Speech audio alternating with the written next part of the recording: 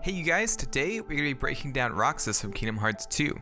This will include his normal combat as well as his dual wielding combat. I will not, however, be covering the boss battle as I will be doing a boss series sometime in the future, and I think that fits in better with that series. Anyways, let's start with Roxas's movement. It's no secret that Roxas was supposed to be kind of a transition from the first game's movement and combat to the second one. It made Sora feel so much quicker when you got control of him and really made you appreciate that mechanic change. Roxas had similar movement to Sora's from the first game, but I didn't realize how similar it really was. Look at the walking, running, and jumping animations. They are practically the same. When you hang onto a ledge, Roxas will hold one arm down like Sora and will swing just like him. Even when jumping up from the ledge, Roxas will mirror Sora. Gravity is a bit heavier in Kingdom Hearts 1, which is why Sora lands more quickly when jumping. Even the idle animation in combat shows Roxas crouching and looking around.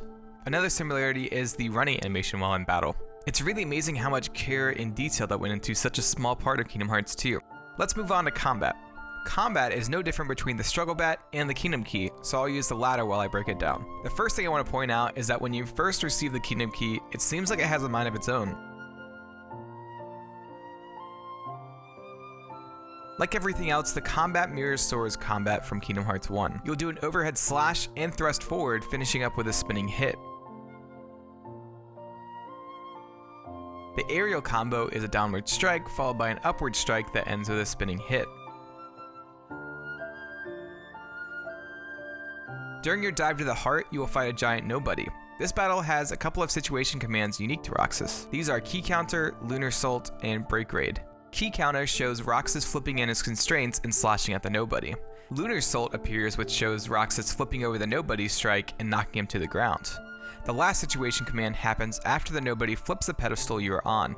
He summons a ball of darkness to consume you, but you can use Break Raid to stop this attack. Roxas flips and throws his Keyblade into the orb, causing it to explode. The two of them fall back down to the pedestal and the Keyblade gets stuck in the ground.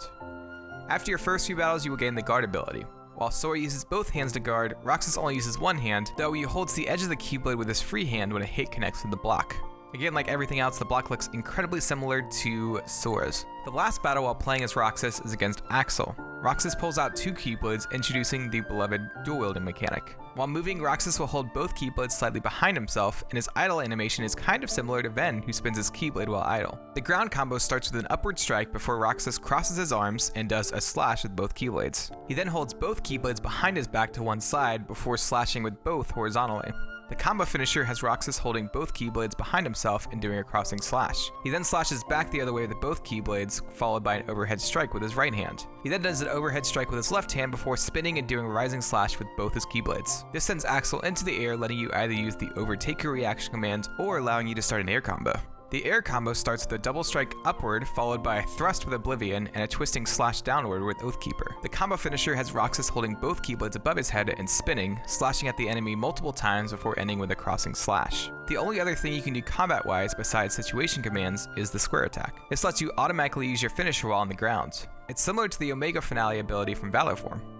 The situation commands in this fight are Burst Frontier, Overtaker, and Clear Light. Burst Frontier is usable when Axel hides behind his firewall and rushes at you.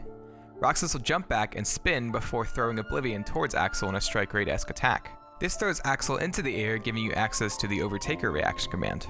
Like I said before, the ground combo finisher also gives you access to this reaction command. Roxas dashes toward Axel, and Axel barely gets his chakrams up before Roxas attacks, pushing him towards the firewall.